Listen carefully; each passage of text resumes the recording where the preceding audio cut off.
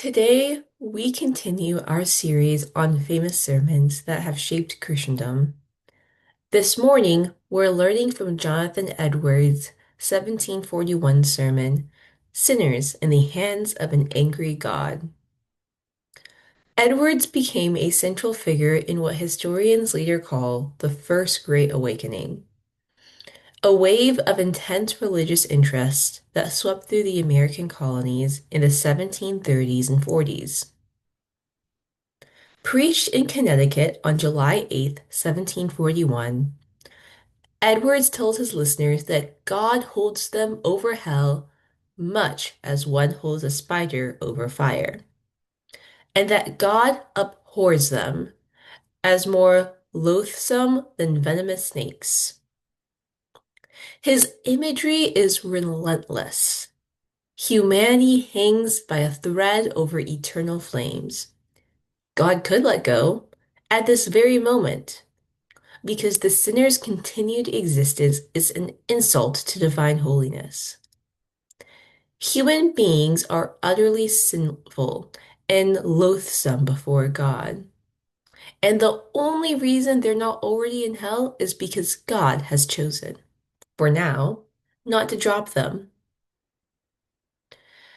Edwards believed that terror could break the hardened heart and produce genuine conversion.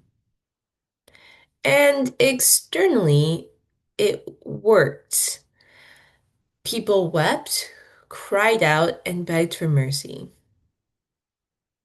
But what shaped Edwards to preach such a sermon? Jonathan Edwards was a brilliant theologian, philosopher, and pastor. But he was also a man shaped by deep spiritual struggle, like so much of us are.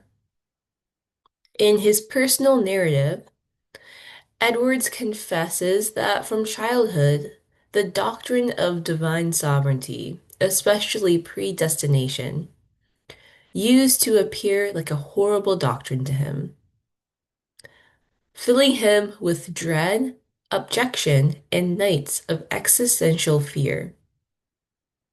These were not small doubts. They were torments that shaped his imagination and spirituality. Eventually, he forces himself to see this doctrine as exceedingly pleasant, bright, and sweet. What made him change his mind is unclear.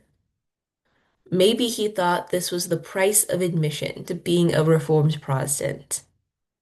Like so many of us who have changed our minds about certain things once we realized that we had permission to.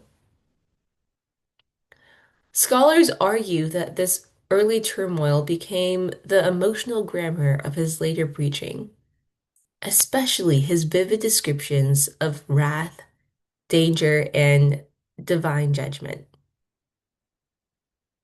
In other words, if we want to understand sinners in the hands of an angry God, we must remember that it came from someone who learned to interpret fear as a pathway to God. For a sermon so problematic, why is it famous? Well, it coincides with what historians later called the Great Awakening. Today, that term has become almost synonymous with the word revival. But the two aren't exactly the same. A revival is a spiritual renewal among people who already believe. An awakening is an influx of new seekers and new interest, people encountering faith for the first time. But in Edward's world, almost no one was encountering Christianity for the first time. Culturally, atheism as we know it today was not an option. Belief in God was the assumed backdrop of colonial New England. Edwards was preaching not to secular outsiders, but to churchgoers, lapsed members, and people who already have religious vocabulary and a history with the church. For that reason, what we often call an awakening, specifically in this context, may be more accurately described as a revival. A moment where already believing people were stirred into intense emotional and spiritual renewal. And like all revivals, the real test was not the dramatic moment itself, but what happened afterwards.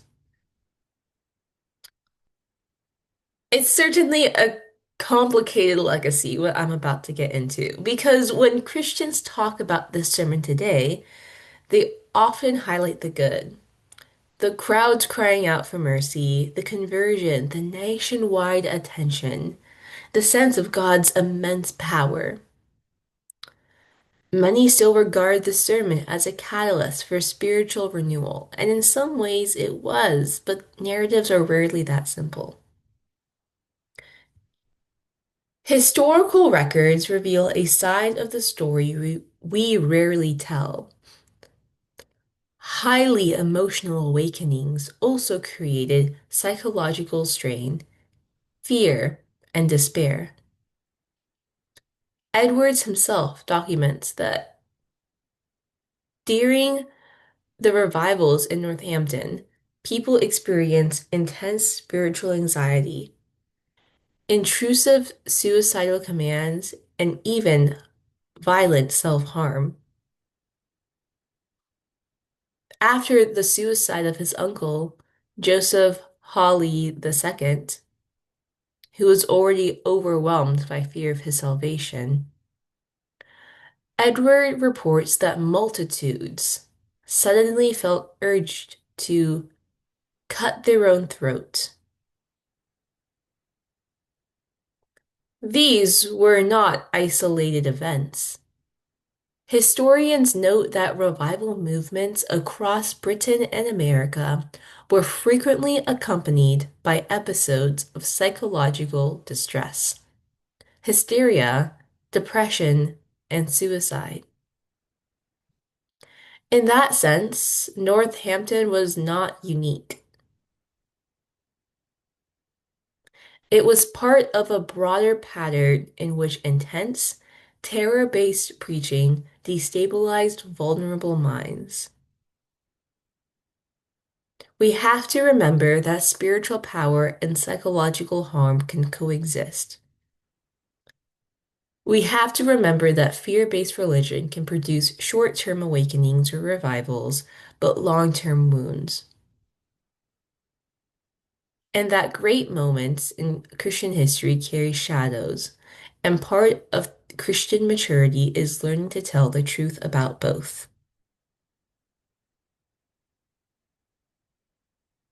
Somehow, this does connect to today's gospel readings we heard earlier in the service. On the mountaintop of the Transfiguration, the disciples see glory, light, radiance, the voice of God, and the great figures of Moses and Elijah. It is the kind of experience many Christians long for because it's overwhelming, emotional, and luminous. Peter, one of the disciples who was with Jesus, wanted to stay there.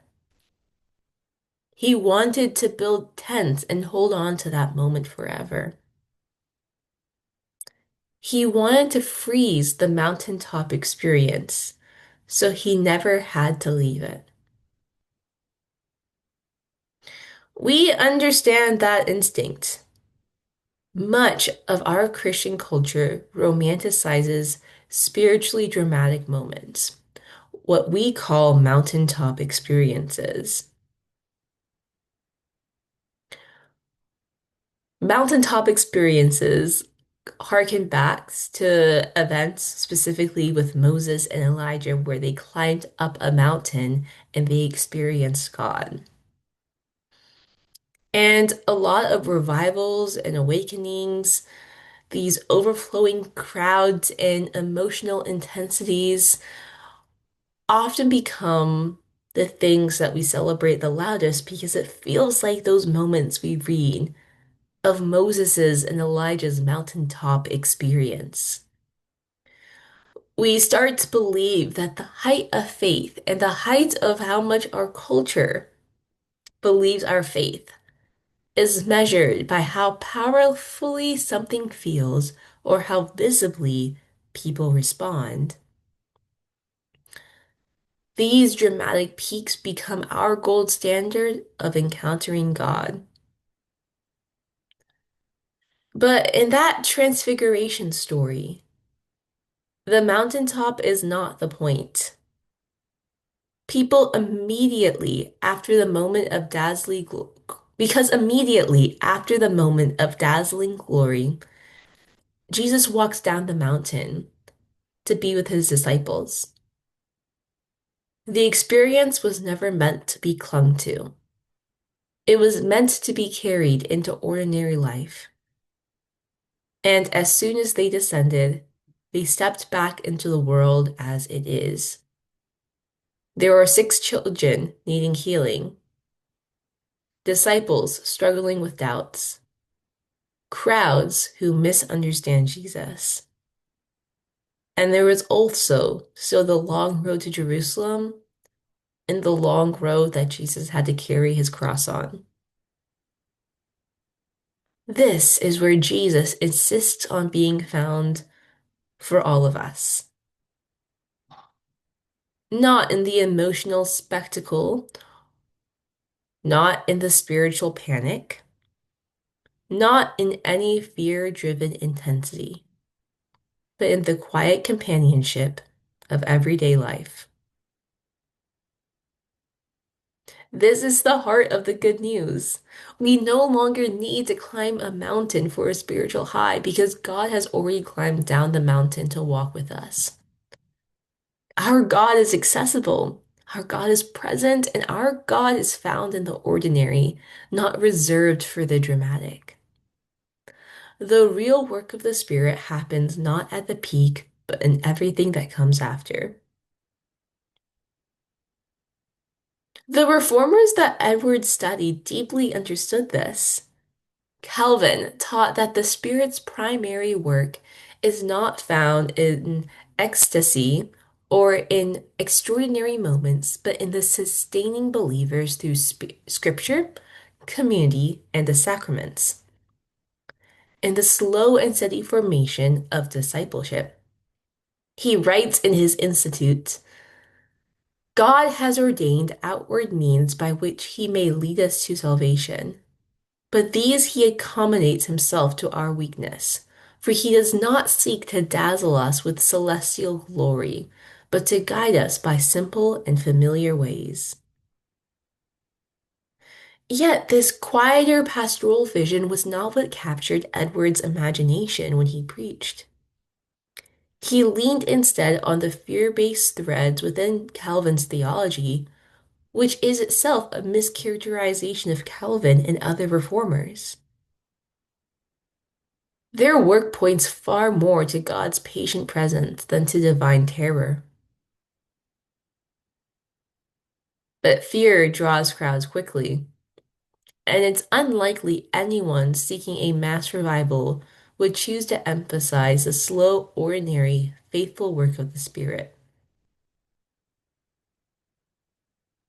It's much easier to build mountains and to convince people to be entertained than to teach people how to walk in the valley.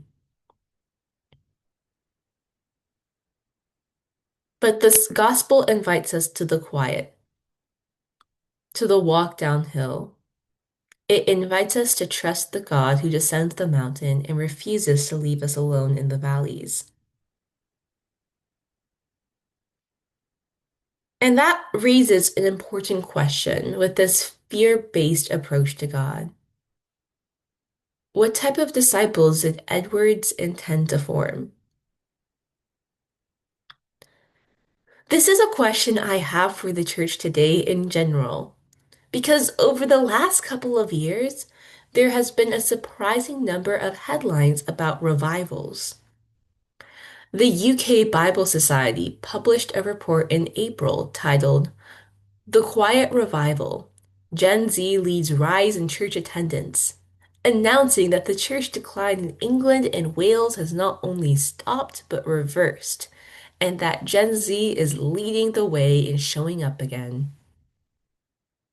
Major news outlets like Christianity Today, the New York Times, and CNN have also covered the Pew Research Center's 2023 to 2024 Religious Landscape Study, which reports that the decline of Christianity in North America has once again plateaued, and largely because of Gen Z. As a Gen Z myself, I find this fascinating. Many Christian leaders are calling this moment a revival or awakening. But before we celebrate, we have to ask the harder questions. Are people coming to church because they are being drawn to the person of Jesus? Or is something else pulling them in? When you look more closely at the data, the increase is concentrated among young conservative men who are aligning themselves with the fundamentalist expressions of Christianity. In Edward's times, people are drawn by fear. Fear of judgment, fear of damnation, and fear of falling into the hands of the angry God drove most of them into church. Today, the fear looks different, but it is still fear. Fear of cultural change, fear of losing tradition, fear of uncertainty, fear of the other, and fear of the world shifting too quickly to make sense of it anymore. After all, this rise of my generation coming back to church is specifically in the corners of Christianity that thrives on fear, amplify fears, and manipulates fears. Because at the same time that my generation is coming back to church, my generation is also supporting ethno-nationalism across the Western world. The problem is that fear may get people into buildings, but it does not form them into disciples that look like Christ. Fear may fill pews, but it hollows out souls. Fear may create a momentary spike in attendance, but it cannot sustain a life with Christ. Fear has always been a powerful religious motivator. It worked for Edwards and it works for parts of the church today only if the work you are looking for are statistics, which is an easy out for a lack of discipleship. But Knox, we have to remember that we cannot desire that for our community. We cannot celebrate numbers without asking what is shaping the hearts of those who come. We cannot mistake a rise in attendance for a rise in faithfulness to the life, death, and resurrection of Jesus and following in the ways of Jesus. If people come here to our church, let it be because they encounter the God of Jesus, not because they are searching for refuge from fear or chasing an emotional high. Though that may bring them into the door, let it not be why it stays.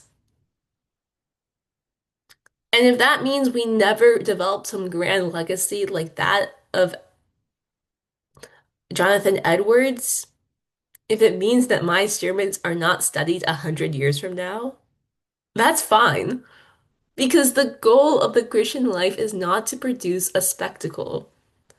The gospel reading today reminds us that Jesus came down the mountain. He chose to make himself present in the ordinary moments of our lives. Our God is not a spectacle. God walks with us in the daily mercy, daily formation, and daily grace. And that's why we must be cautious about easy wins and shiny statistics and the things that get us there. If we celebrate numbers without examining information, we risk overlooking the ways people could be malformed by the corners of Christianities they find themselves in. Our calling is not to produce big moments, but to cultivate disciples who recognize Christ walking with them in the valleys that they don't want to be in. As we move into our final hymn, we turn our hearts towards the kind of faith this passage invites us into. A relationship with God is a marker of a spirit-filled life, not grand or dramatic emotions. We are not shaped by fear, but by love, not by a mountaintop spectacle, but by the steady presence of the Spirit who walks with us in the ordinary life. With that in mind, I invite you to stand if you are able and sing, Spirit of the Living God.